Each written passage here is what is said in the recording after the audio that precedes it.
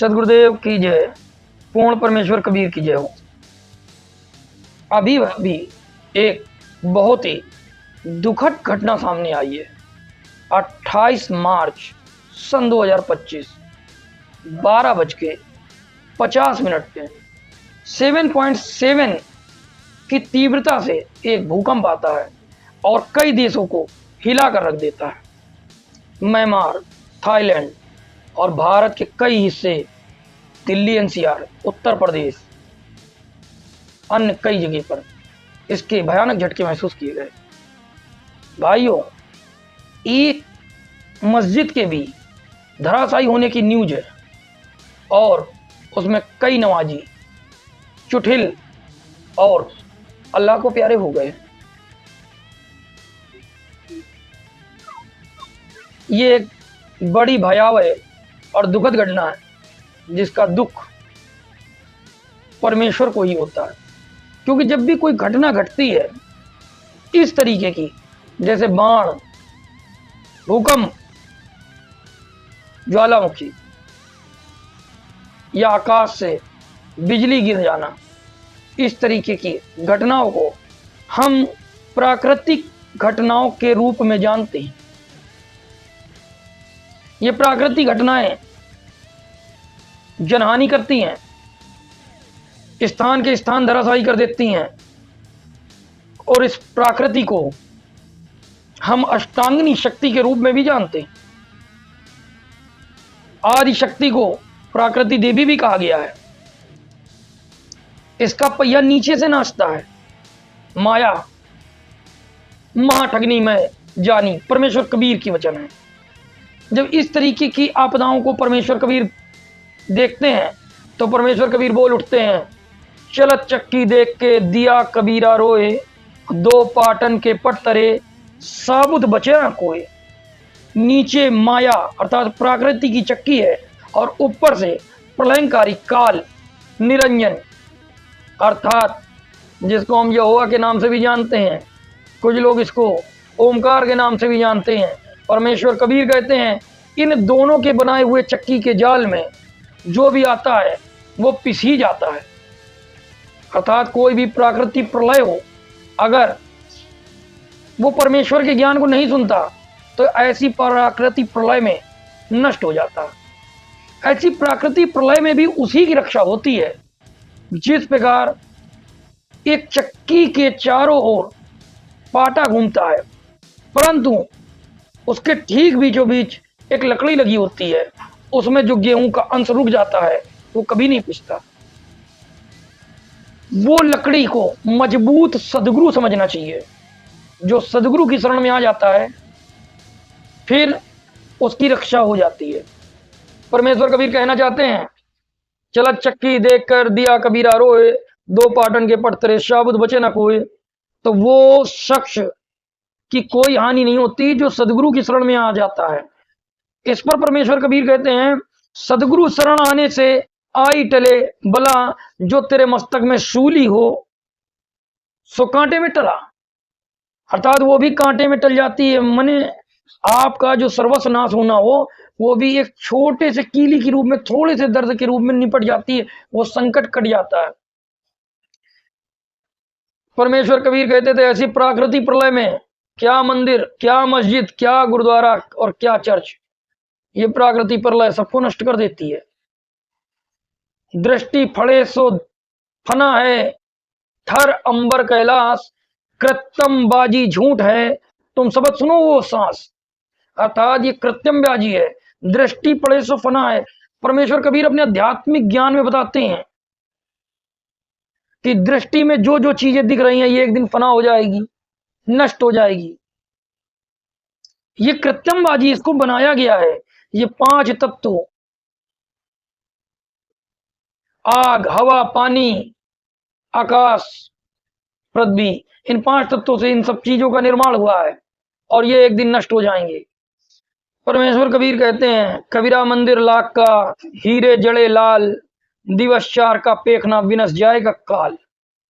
अब चाहे मंदिर हो, चाहे मस्जिद हो, चाहे गुरुद्वारा हो, चाहे कुछ भी हो, एक दिन काल सबको नष्ट कर देगा। ऐसे आपदाएं, ऐसे भूकंप, ऐसे उथल पुथल कर देगा कि सब कुछ नष्ट हो जाएगा। आप जिनके सहारे बैठे हो वो स्थान भी नहीं रहेंगे। अर्थात आपको पूर्ण परमेश्वर की शरण ग्रहण करनी चाहिए।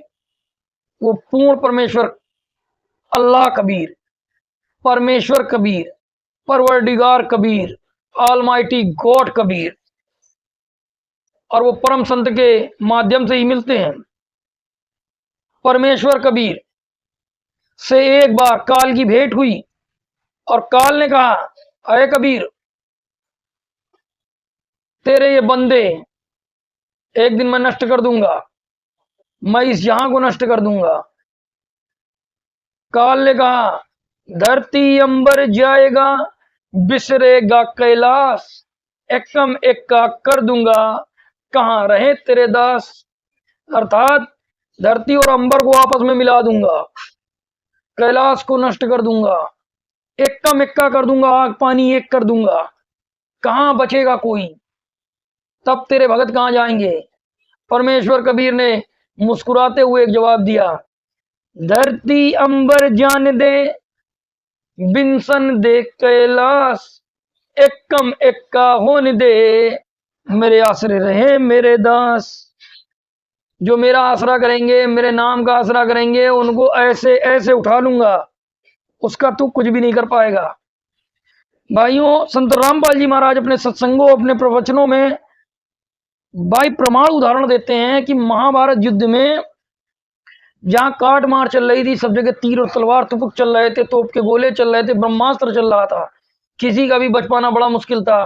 वहां पर एक टिटीरी के अंडे का कुछ भी नहीं बिगड़ा 18 दिन के युद्ध में, और सब रौंदते रहे, और उस अंडे की रक्षा परमेश्वर कबीर ने की, क्योंकि किसी जन्म में वो भक्त आत्मा परमेश्वर कबीर की शरण में आई थी, परंतु लोगों के विचलित कर देने से उसने भक्ति त्याग दी, जिस कारण उसका जन्म टिटीरी के गर्भ से हुआ। लेकिन परमेश्वर ने वहां पर भी उसकी रक्षा की। कहते हैं, महाभारत में टिटीरी के राखे, घंटा टूट गिरा रे, मन तू सुख के सागर बस रे, और न ऐसा यस रे। अर्थात ऐरावत हाथी का घंटा परमात्मा ने गिरा दिया था। एक इंद्र है, इंद्र राजा है 33 करोड़ देवी देवता का, उसका एक हाथी, उसको ऐरावत कहते हैं। उसका एक बहुत मन का गरु घंटा होता है, वो गिर करके उस टिटीरी के अंडे के ऊपर गिर गया, और महाभारत पूरा युद्ध खत्म हो गया, और वो अंडा ज्यों के त्यों जीवित रहा, उसकी रक्षा हुई, परमेश्वर ने रखा। इसी प्रकार जो परमेश्वर कबीर की शरण में परम संत रामपाल जी महाराज के द्वारा भक्ति मार्ग बताए जा रहे, उस मार्ग के द्वारा अपना करके, नाम दीक्षा लेकर के, भक्ति मर्यादा में रह करके भक्ति करेगा, चाहे भूकंप हो, चाहे बाढ़ हो, चाहे कितनी ही आपदा हो, परमेश्वर कबीर उसकी रक्षा अवश्य करेंगे। परमात्मा कबीर के अनेकों अनेक चमत्कार हैं। वर्तमान समय में संत रामपाल जी महाराज के जो अन्यायी हैं, कई दफे उनको देखा गया है कि कई बीमारियों में, कई एक्सीडेंटों में वो करीबन करीब बिल्कुल मौत के करीब पहुंच जाते हैं, और फिर सदभक्ति करते करते एकदम सुस्त हो जाते हैं और एकदम मौत के मुंह से बाहर आ जाते हैं। तो परमेश्वर अनहोनी करता है।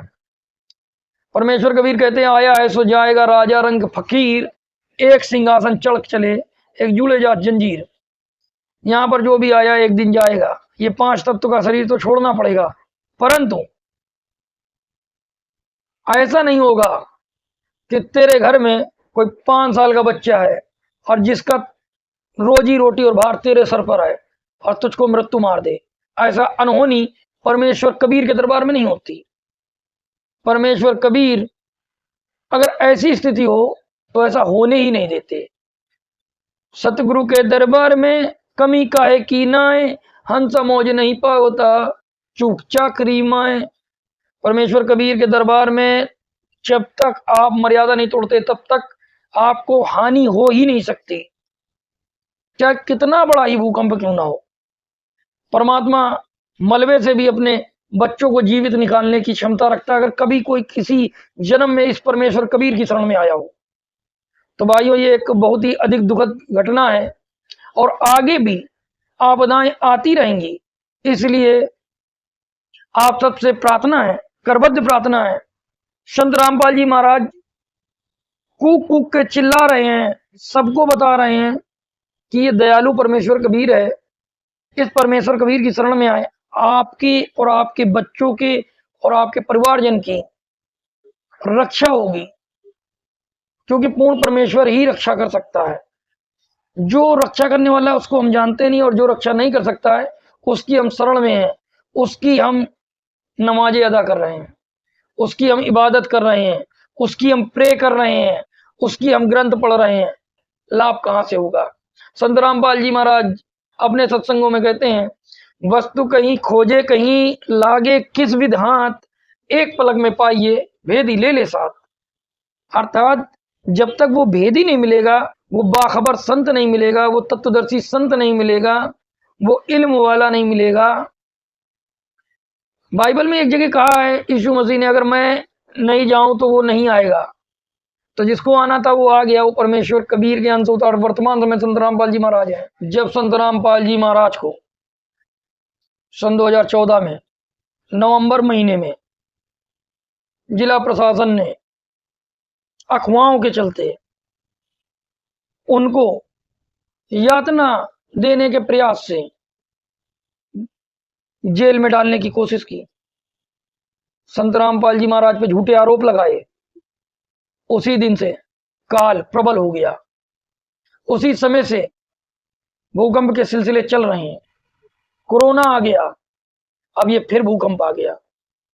एक निर्दोष संत, एक महान संत, एक तत्वदर्शी संत, जिसने सभी धर्मों के ग्रंथों को खोलकर उनके भक्तों, उनके अनुयायियों को पहुंचाया कि सच्चाई ये है, उस महान संत जिसने करोड़ों लोगों के नशों को छुड़ा दिया, आज नशा मुक्त भारत बना रहा है, वो महान संत जिसने लाखों बेटियों की दहेज मुक्त शादी वर्तमान समय भी अपने 10 आश्रमों से बराबर हो रही हैं, करवा रहा है, वो महान संत जिसने करोड़ों लोगों को निःशुल्क देसी घी का भंडारा खिलाया, वो महान संत जिसके अनुयायियों ने उसी के आदेश पर अपना ब्लड पानी की तरीके गवर्नमेंट को दान किया, वो महान संत जिसने भारत के लोगों को मांस मुक्त बना दिया, वो महान संत जिसने एक स्वच्छ समाज की नींव रखी,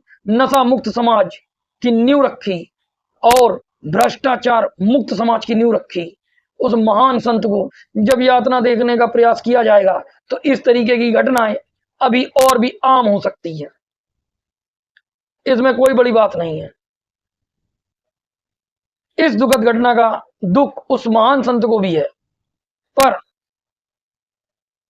इस पर परमेश्वर कहते हैं, मैं रोवत हूं सृष्टि को, ये सृष्टि रोए मोहे, और कहे कभी इस वियोग को अब समझ नहीं सकता कोई।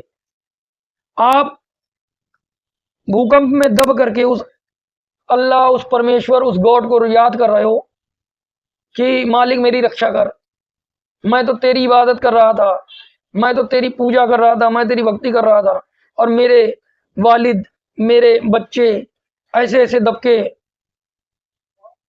दुख को प्राप्त हुए। और वो परमात्मा रो रहा है कि तू जिसको नाम लेकर के याद कर रहा है वो मैं नहीं, वो शैतान है, तू मेरी पहचान कर। वो परमात्मा भी रो रहा है, मैं रोवत हूं सृष्टि को, मैं सबको बता रहा हूं। कबीर कहते हैं, हम ही अल्लाह अल्लाह हैं, कुतुब गौस और पीर हूं मैं खालिक दनी, में है मेरा नाम कबीर, कि मेरे बच्चों मुझको पहचानो, मैं तुम्हारा रक्षक हूं, और जब तक मेरी शरण में नहीं आओगे ये काल निरंजन और ये प्राकृति देवी इसी तरीके से चक्कर चलाती रहेगी और तुम ऐसे ही शिकार होते रहोगे। तो वर्तमान समय जो लोग भी मेरी वीडियो को देख रहे हैं, अगर भविष्य में आने वाली आपदा से और अच्छे समाज की कल्पना करते हैं कि एक समाज सुधार हो सके, भ्रष्टाचार मुक्त हो सके, पूरा विश्व कल्याण को प्राप्त हो सके, पूरे विश्व में शांति आ सके, पूरा विश्व माया की दौड़ से बच सके, तो आज ही आप भी परम संत रामपाल जी महाराज से नाम दीक्षा लेकर के अपने और अपने परिवार का कल्याण करवाएं। नाम दीक्षा बिल्कुल निःशुल्क है, वर्ल्ड लेवल पर दी जा रही है। यूट्यूब पे आप सर्च कर सकते हैं, गूगल पे सर्च कर सकते हैं, संत रामपाल जी महाराज से कैसे नाम दीक्षा लें, उस पे आएंगे नंबर, उन पर संपर्क करें और निःशुल्क नाम दीक्षा लें, अपना और अपने परिवार का कल्याण करेंगे। मिलेंगे नेक्स्ट वीडियो में, तब तक के लिए सत साहिब।